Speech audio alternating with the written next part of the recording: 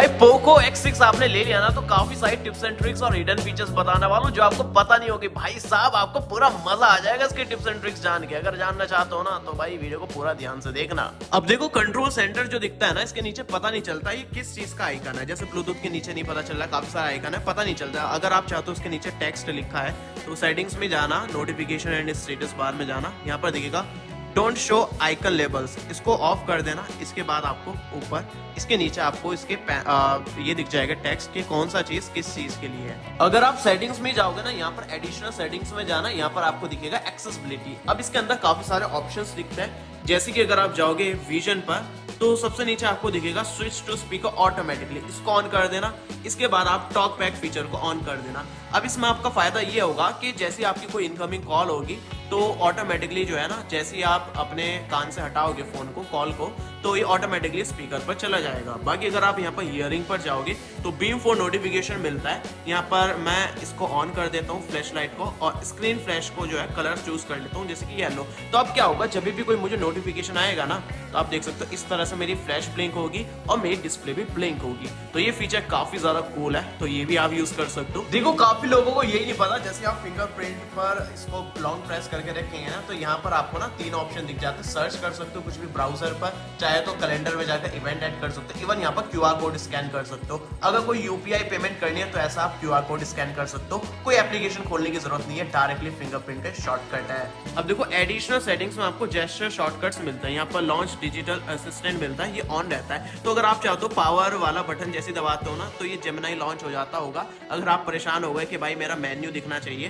तो इसको ऑफ कर सकते हो, और इसके बाद जैसे मैं प्रेस करूंगा तो यहाँ पर जो है मैं इसको ओके कर देता हूँ, एंड देन यहाँ पर देखेंगे तो मेरा पावर मेन्यू दिखने लगेगा। तो ये भी इंटरेस्टिंग चीज़ है, काफ़ी लोगों को नहीं पता होता, वो काफ़ी ज़्यादा परेशान रहता है। बाकी आपको ये तो पता होगा 3 फिंगर स्वाइप डाउन से स्क्रीनशॉट ले सकते हो, लेकिन एक आपको पार्शियल स्क्रीनशॉट मिलता है। अगर मैं 3 फिंगर रखकर इसको होल्ड रखता हूँ ना तो मैं ड्रॉ कर सकता हूँ मुझे कितना स्क्रीनशॉट चाहिए। तो ये भी काफ़ी कमाल का फीचर है और काफ़ी ज़्यादा यूजफुल है। इसके अलावा कैमरा लॉन्च करने के लिए आप इसको शॉर्टकट क्रिएट कर सकते हो, जैसे कि मैं डबल प्रेस पावर बटन को सेट कर देता हूँ। जैसे मैं 2 बार इसको प्रेस करूंगा तो मेरा ऑटोमेटिकली कैमरा लॉन्च हो जाएगा। तो क्विकली कैमरा एक्सेस करना है तो इस तरह के शॉर्टकट यूज कर सकते हो।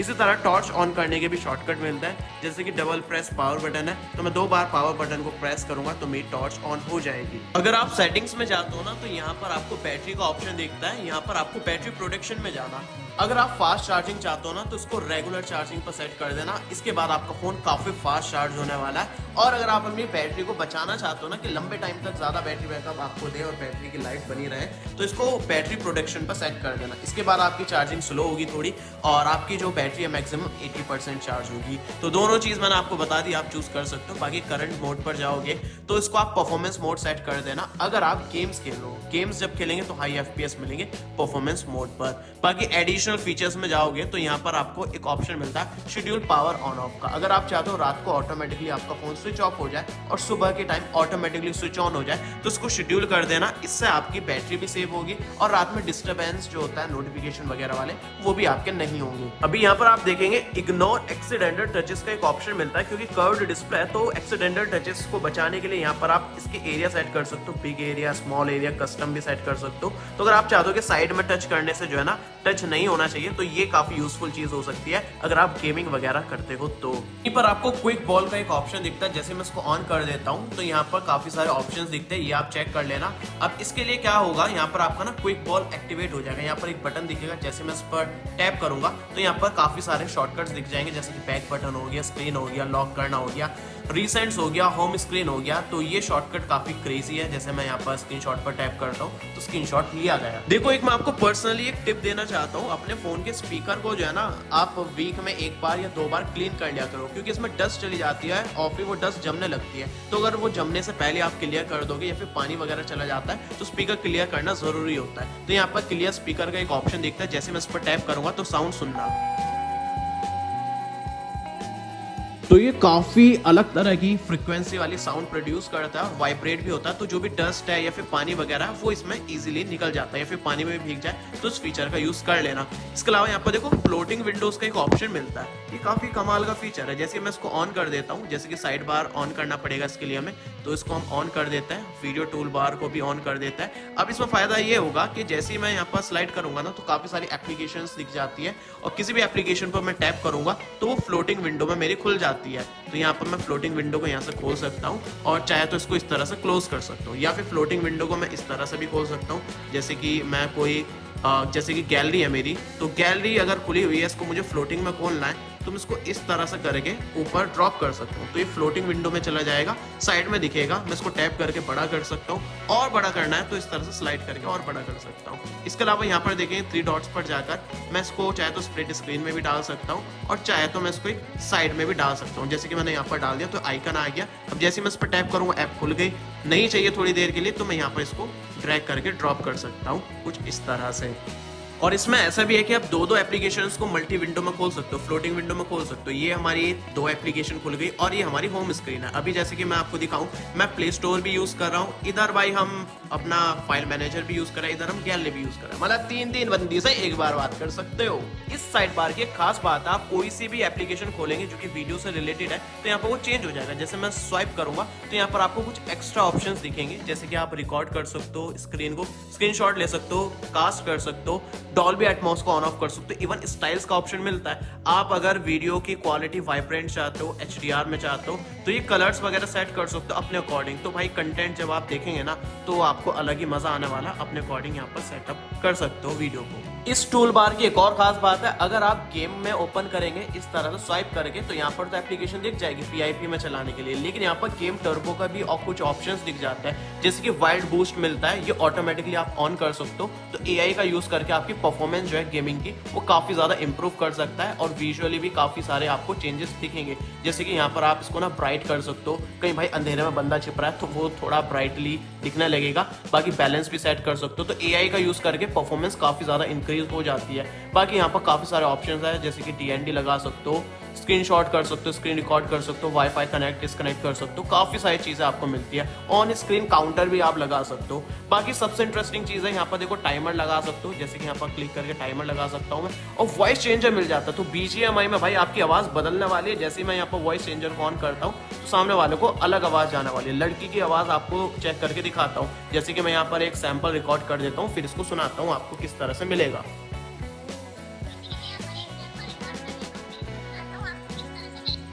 तो यार कुछ इस तरह का ये कुछ कूल सा चीज है, कुछ इंटरेस्टिंग है, तो ये आप यूज कर सकते हो। देखो एडिशनल सेटिंग्स में आपको हार्ट रेट मॉनिटर मिलता है। अगर आप अपना हार्ट रेट मॉनिटर करना चाहते हो तो इसके इनबिल्ट फिंगरप्रिंट सेंसर का यूज करके आप हार्ट रेट मॉनिटर कर सकते हो। ये ज्यादा तो एक्यूरेट नहीं है, लेकिन थोड़ा सा आपको आइडिया लग जाएगा कि अभी आपका कितना हार्ट रेट है। अब देखो यहाँ पर जैसी लॉक स्क्रीन आएगी ना, तो अगर मुझे फर्स्ट स्पेस में जाना तो फर्स्ट स्पेस का पासवर्ड डाल सकता हूँ, सेकंड में जाना तो मैं सेकंड स्पेस का पासवर्ड डाल सकता हूँ। तो भाई घर वालों को डाउट भी नहीं होगा जब वो आपका फोन मांगेंगे। एडिशनल सेटिंग में आपको मेमोरी एक्सटेंशन का ऑप्शन मिलता है। अगर आप अपनी रैम को बढ़ाना चाहते हो वर्चुअली तो यहाँ पर आप बढ़ा सकते हो। 8GB ऑलरेडी, तो आप इसको 16GB कर सकते हो 8GB और बढ़ाकर, तो उस तरह से मेमोरी एक्सटेंशन मिल जाता है। बाकी सेकंड स्पेस मिलता है, एक ही फोन के अंदर आपको मल्टीपल फोन्स मिल जाता है। जैसे कि मैं टर्न ऑन कर देता हूँ इसको, तो यहाँ पर जो है ना 2 स्पेस बन जाएंगे। काफी सारी एप्लीकेशंस आपकी 120 हर्ट्ज पर नहीं चलती, जैसे कि YouTube है ये 60 हर्ट्ज पर चलती है। अगर आप चाहते हो कि ये भी आपकी 120 हर्ट्ज पर चले तो सेटिंग्स में जाना, यहाँ पर डिस्प्ले एंड ब्राइटनेस पर जाना, यहाँ पर आपको दिखेगा रिफ्रेश रेट, इसको डिफॉल्ट से कस्टम पर जाना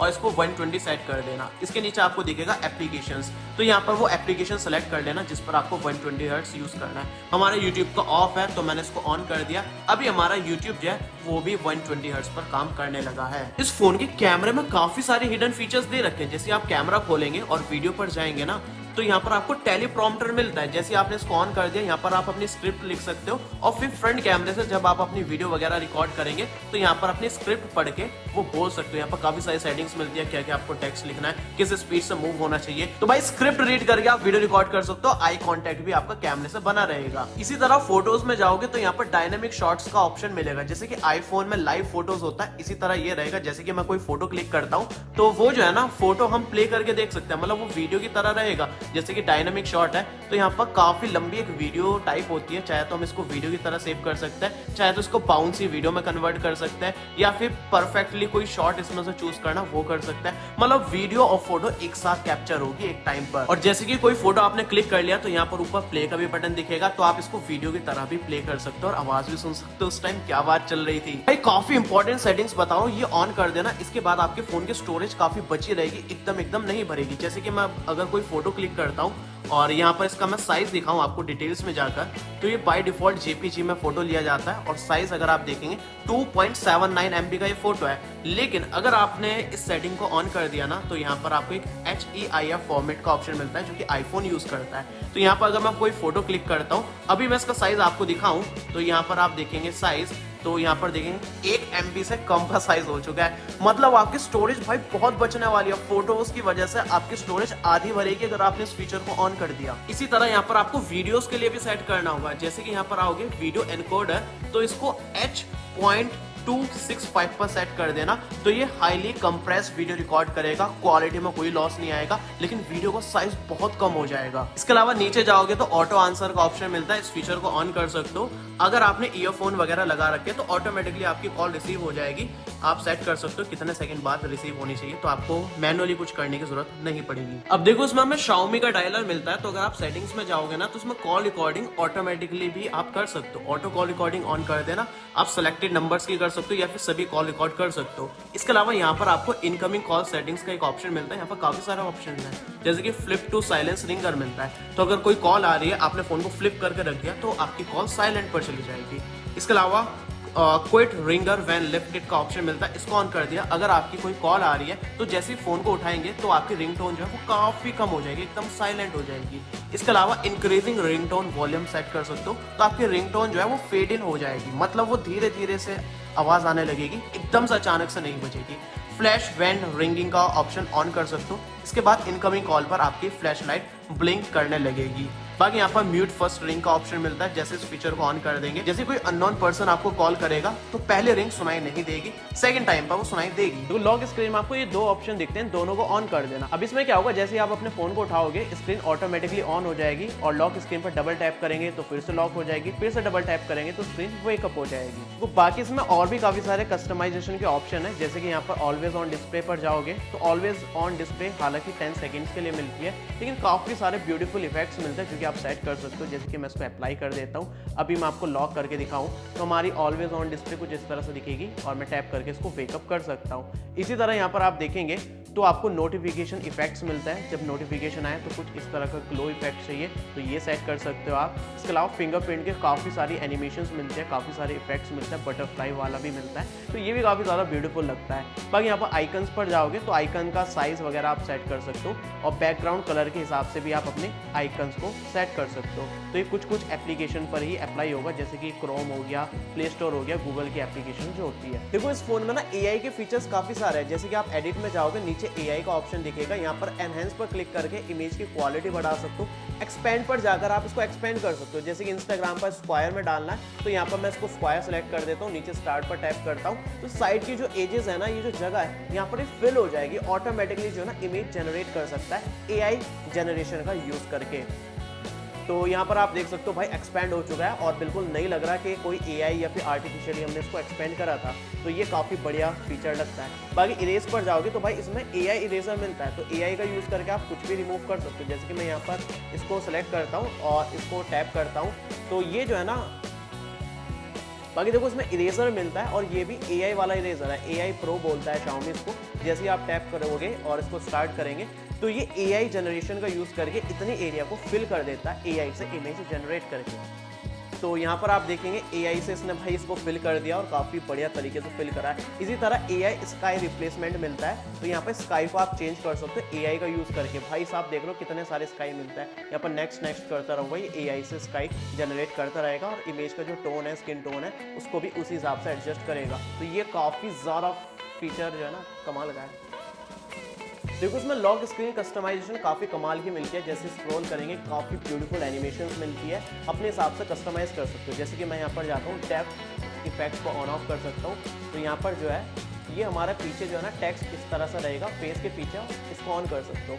बाकी यहाँ पर मैं इसको टैप करके चेंज भी कर सकता हूँ, क्लॉक का स्टाइल क्या चाहिए वो चूज़ कर सकता हूँ, सेंटर में चाहिए कैसे चाहिए, और इसका कलर कैसा चाहिए मैं कलर सेट कर सकता हूँ, टेक्स्ट का कलर कैसा चाहिए और क्लॉक का कलर क्या चाहिए। तो इस तरह के एडजस्टमेंट मिलते हैं, इस तरह के काफ़ी सारे इसमें टेम्पलेट्स मिलते हैं। इवन वॉलपेपर पर जाऊँगा तो वॉलपेपर चूज़ कर सकता हूँ, इवन फिल्टर में जाकर ये काफ़ी सारे इफेक्ट्स मिलता है, तो ये इफेक्ट्स ऑन ऑफ कर सकता हूँ, मैट इफेक्ट मिल जाता है। बाकी यहाँ पर देखिए काफ़ी सारे टेम्पलेट्स दे रखे हैं, यहाँ पर आएंगे तो ये सब जो है ना डिफरेंट टेम्पलेट्स हैं। यहाँ पर जैसे कि ये वाला जाता हूँ तो यहाँ पर मुझे काफ़ी सारे ऑप्शन मिलेंगे, मैं यहाँ पर टेक्स्ट ऐड कर सकता हूँ, यहाँ पर सेट कर सकता हूँ मुझे AQI देखना है या फिर कुछ भी देखना है, डिजिटल क्लॉक देखनी है, डेट देखनी है, ये कुछ भी सेट कर सकते हो। काफ़ी सारे ऑप्शंस मिलते हैं इसमें ऐड करने। बाकी सिक्योरिटी में ही नीचे जाओगे, इसको स्वाइप अप करोगे ना तो यहाँ पर ऑप्शन दिखेगा हाइड ऐप, तो एप्लीकेशन को हाइड करना चाहते हो वो भी हाइड कर सकते हो। इनको खोलने के लिए भाई ऐसे पिंच आउट करना होता है और आपकी एप्लीकेशन जो है अनहाइड हो जाती है। जैसे कि मैं कोई एप्लीकेशन को हाइड करके दिखाऊँ, जैसे कि ये एप्लीकेशन है, इसके लिए मैं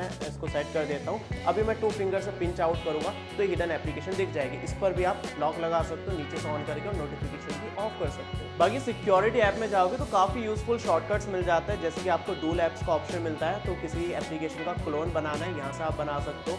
इसके अलावा आपको ऐप को लॉक करना है तो यहाँ पर आपको ऐप लॉक मिल जाता है, तो किसी भी ऐप को आप लॉक लगा सकते हो, उसके लिए पैटर्न वगैरह सेट कर सकते हो। काफ़ी लोगों को ये नहीं पता गैलरी में जो भी फोटोज वगैरह होता है ना उसमें से आप टेक्स्ट को सेलेक्ट कर सकते हो, जैसे कि आईफोन में होता है। कोई आपने पेपर का फोटो लिया या फिर कोई स्क्रीनशॉट है, इसको अगर मैं लॉन्ग प्रेस करता हूँ तो टेक्स्ट को सेलेक्ट करके उसको कॉपी कर सकता हूँ। तो एप्लीकेशन हाइड करने का तो बता दिया, इसी तरह गैलरी में हाइड करने का ऑप्शन होता है, नीचे आप इसको लॉन्ग प्रेस करेंगे तो प्राइवेट फोल्डर आपको खुल जाता है। इसी तरह इसका जो फाइल्स ऐप है वहाँ पर आप फाइल्स को भी हाइड कर सकते हो, कोई ऑडियो है कोई डॉक्यूमेंट है तो यहाँ पर मैं जाऊँगा स्टोरेज पर और इस तरह से नीचे इसको ड्रैग करूँगा तो प्राइवेट फोल्डर यहाँ पर भी खुल जाता है। तो भाई पोको X7 5G की और भी काफ़ी सारी वीडियोज़ आने वाली है, उसके लिए चैनल सब्सक्राइब कर लो। मिलता है अगले वीडियो में, तब तक के लिए हमारे kkstore.kkworld.in पर अनबॉक्स और न्यू प्रोडक्ट्स काफी क्रेजी लूट प्राइस पर मिल रहा है, लिंक डिस्क्रिप्शन में मिल जाएगी। चाहता पूरी वीडियो देख लो भाई, ये इसका पार्ट 1